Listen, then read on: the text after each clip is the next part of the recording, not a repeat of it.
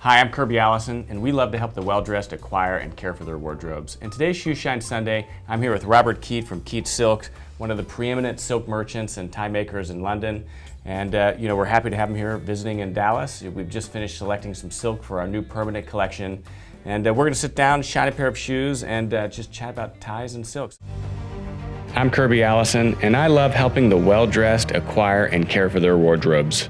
Join me as we explore the world of quality, craftsmanship, and tradition.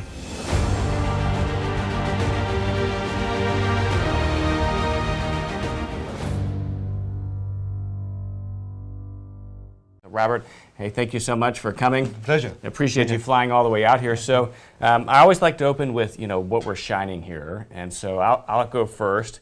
I've got a pair of my bespoke George Cleverly Baron de Reedy's in burgundy. That's the second Baron de Reedy I had them do for me. And so I'm going to polish this up today. It's been a while.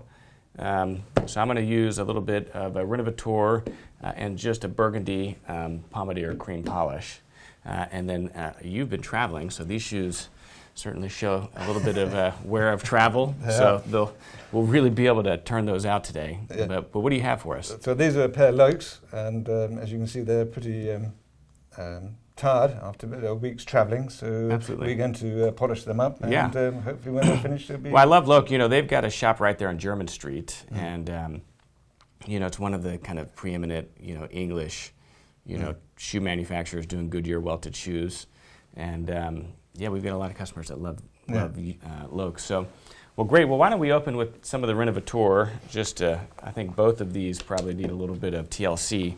The Renovateur is probably our best-selling product. It's a mink oil-based conditioner. They call it a cleaner and conditioner, but it's really just a conditioner. And what I like about this is that it's neutral, and then two, it still has waxes, right? So it's a great kind of all-purpose product. You could use it, you could really use it by itself if you didn't need pigment. Your shoes will use a pigmented cream polish on it after this because, with the travel, they're a little discolored just through scuffing and scratching. So that's totally normal. That's what the pigment really helps fix.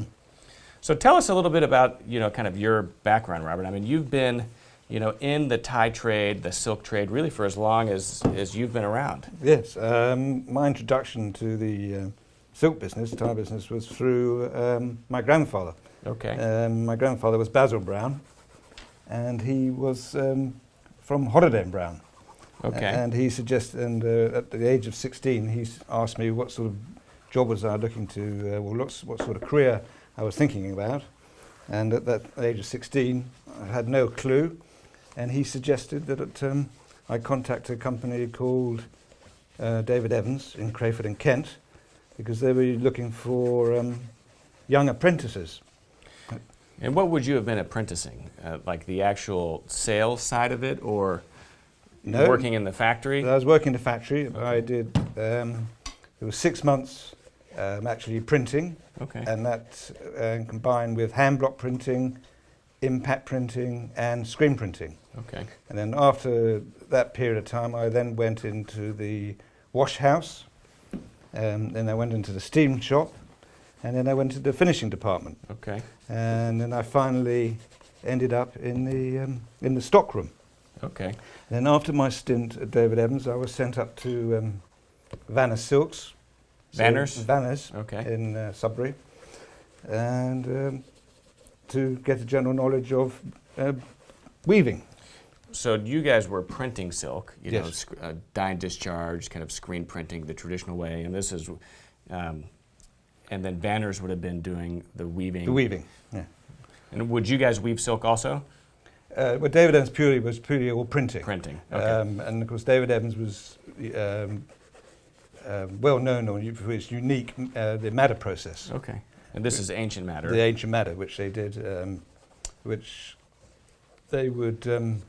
They had 2 madder baths, which were sort of about 8 feet deep, and the silk was dipped into the madder baths for about 20 minutes. Then after 20 minutes, the silk would be taken out and it'd be hung and to oxidize for another 10 minutes, and then it would be put back into the indigo baths for another 15 to 20 minutes. And after that, it would be hung again to oxidize. Then it would go through a washing process, and then after that, it would go through a finishing. Okay. Yeah.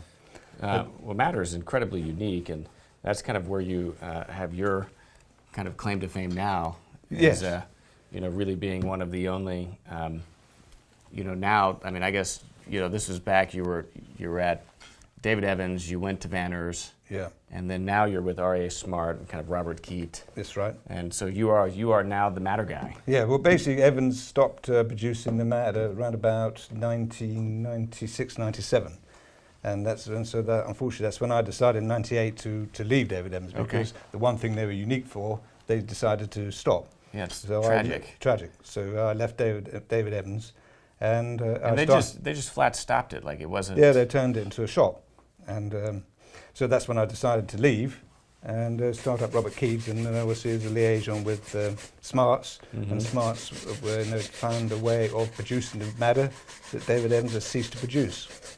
And to this day, we still produce the madder. It's unbelievable that you could have something like ancient madder, which is incredibly unique to the United Kingdom. A real special way to dye silks, and then to have a company just say, well, we're just going to close shop, and that's it with it. Very sad. Yeah. And was there? I mean, what was the protest? I mean, clearly you protested, I would imagine. Yeah. But that was just the decision. Yeah. And so you were able to then, really kind of resurrect that and carry on that tradition. Yes. Yeah. With the help of Smarts, and with the technicians there, they were able to develop it and carry forward it to this day. That's unbelievable. Yeah.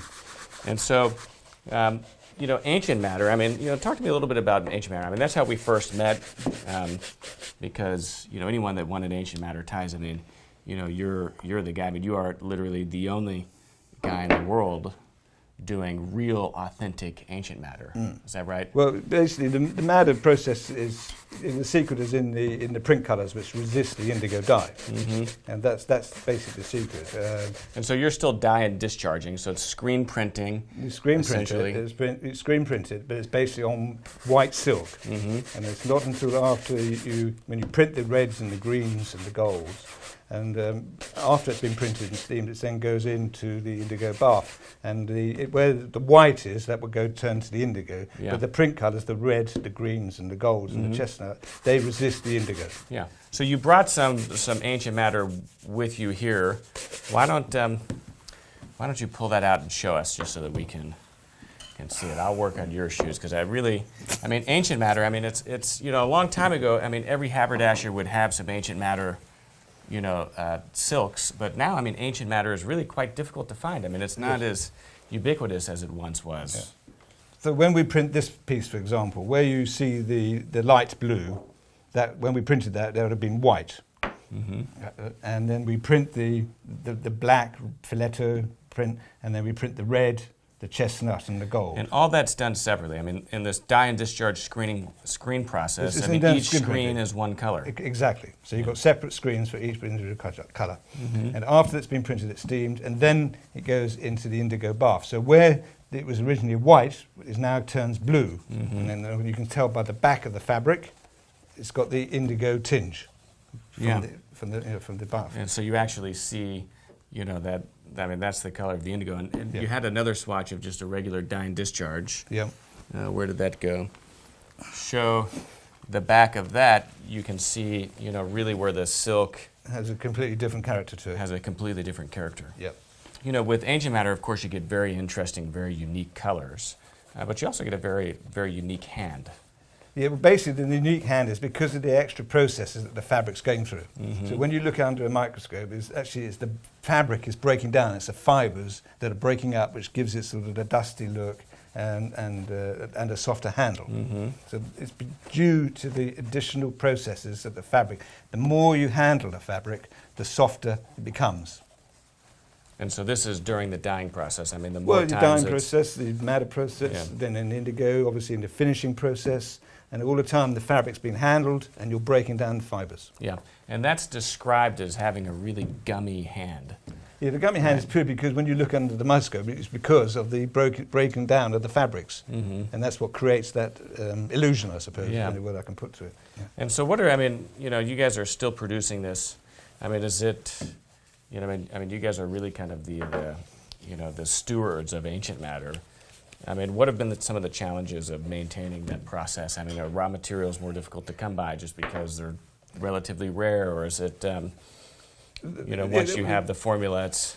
Well, no, the challenges are obviously on the chemical side, because obviously because of health reasons, certain products are taken off the marketplace, and reds are particularly difficult. And so you're always under challenge to try and keep the same colours again, despite the fact that certain products have been taken out. And so it's always a challenge. Yeah. Because customers are expecting a certain shade of red, for example. They don't want it orange, they don't want it pink. And we have to carry on and achieve those expectations. Yeah. What are some of your, I mean, what do you look for in a great tie? I mean, ties in some ways are, they're simple. It's a tie. I mean, it's not like a bespoke suit or a shirt that has, tens of hours. I mean, 50, 60, 70, 80 hours that go into it. But at that same time, I mean, ties almost because of their simplicity are hard to get right.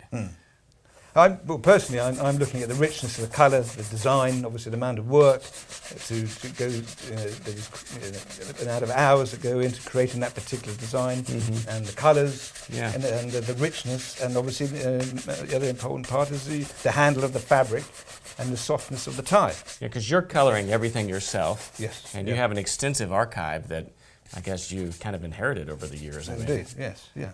And so, I mean, a lot of what you're doing is kind of going back into that archive, gaining inspiration, reinterpreting, and then coloring it up. Yeah. Yes, you go into the archive and you look at the designs, you tweak them, you can make them smaller, bigger, or you can add sort of motives to that particular design. So there's various ways of doing it. Some of the designs you try and keep the old character of the hand block. So it's different to what is produced by screen or more recently digital. Yeah. So you're trying to keep the sort of the history of the design and the character. So why do you think that's important? I mean, what is the difference, between something that's done the traditional way, dye and discharge? I mean, of course, it results in a much more expensive product. I mean, it's a $150 tie. It's not a $65 tie. At the end of the day, where do you think that leaves? Well, the dye and discharge, obviously the colours there are a lot richer than you can get on digital. There's nothing wrong with digital, but you can tell the difference between a dye and discharge screen printed fabric compared to a digital print, because the colours, as I said, are much richer. Digital is basically the print is just on the surface of the fabric. You haven't got the density of colour. And that's the saturation. It's saturated because you're dyeing the fabric, and also when you print it on my screen, you're pushing the colour through. Whereas on digital, it's just on the surface. Just on the surface. And that's the discharge component of it. Is you're really kind of pulling it, the ink through. Yes. Yeah. And does it result? I mean, more interesting colours. But also, I mean, in the hand, I mean, do you see much of a difference in the hand also? There is there's a difference in the hand, because also in the dye and discharge, it is going through more processes than on the digital. So the digital the hand tends to be a little stiffer, whereas on the dye and discharge, it does tend to have a slightly softer handle to it, and a warmer hand to it as well. Yeah. And there's so many different ways to, to dye. I mean, you were talking about block printing, dye and discharge. I mean, of course, you've got jacquards. Walk me through a little bit just kind of the overall organization of kind of different ways that you go about printing silk. Well, the original way, as you touched on to begin with, is obviously the hand block printing. Okay. Yeah. And so the blocks being, the blocks of woods that would the blocks of wood keep everything aligned. Yeah, the blocks of wood were made out of sycamore and pear, but there was a 5-year apprenticeship to become a hand block printer. Really? Yeah. But with the hand block, to achieve the registration, you had pin marks in the corner of each block, and that was used as the registration. But of course, in time, that became unacceptable, of course, because when customers saw the fabric, you could obviously see the pin marks for the registration of the block. So over a period of time, block printing, because of that reason, and also the fact it was a 5-year apprenticeship, started to become obsolete and of course too expensive. And that's when screen printing started to become more popular. Okay. But screen printing carried on longer. I'm sorry, I beg your pardon. Block printing carried on longer because at that stage they couldn't produce the matter by screen printing. They had to carry on the hand block printing to create the matter. And obviously, and when they finally found a way of screen printing and producing the matter, that was then the end of block that was the end of block printing and screen printing. Yeah. And of course today, the similar sort of thing is happening with digital printing. It's gradually taking over screen printing, but there are still customers who insist on having screen printing. Screen printing, yeah. Because it's quite difficult to align all the colors, and you still has to be done by a skilled artisan, not just someone punching something into a computer. Yeah, they've got to make sure that the screens fit. So there's no registration issues on the printing, and make sure the colours are correct and printed in the correct order. Whereas on digital you don't have that issue. So yeah, there's many. Yeah. What about the creative process? You were talking about that earlier. You're still doing all the coloring. Yes. Is that something that you've always been talented at, or is that kind of something trained? That's grown? No, it's just I've never trained for it. It's something that's grown, I suppose, over the years. Almost out of necessity. Someone had to do the coloring. Yeah. Somebody had to do the colouring, and so it's grown over the years. And but now we have to create designs both for spring, summer, and autumn, winter. So how many times a year are you doing that? Twice. You're sitting down? A year, and you've got to do it for the prints, the jacquards, and obviously for handkerchiefs, the scarves, and on different qualities of fabrics, from 24-ounce silks to 36-ounce silks, 40-ounce, 50-ounce silk, and then you've got the jacquards, printed wools, pocket squares, all different products. And you're wearing, of course, one of your ties today. Yeah. Is that? It doesn't look like ancient madder to me. No, this is what we call a madder buff. Okay. And the madder buff is it goes through the same finishing process, but it doesn't go through the indigo, obviously because of the colours. But it still has the soft feel. But just for the trade, they call it a madder buff because the buff is where you see the yellow colour. Okay. Yeah. And so that would traditionally have been filled in by blue. By the blue. Blue, yeah. Okay. So it's essentially the same process. I guess you're using some different dyes, right? Because you're using different dyes. You have more flexibility in the dyes, and also, as you said, you don't see the blue indigo tinge to the fabric. So going back to the madder, we only have, for example, we only have one red, we only have one wine, we only have one navy. You cannot be flexible with the colours. Because of the process it has to go through and because of the build-up of the colours that we use. Yeah, fascinating. Yeah. What's your go-to tie? Do you have one? Do you prefer, 50-ounce silk, 36-ounce silk?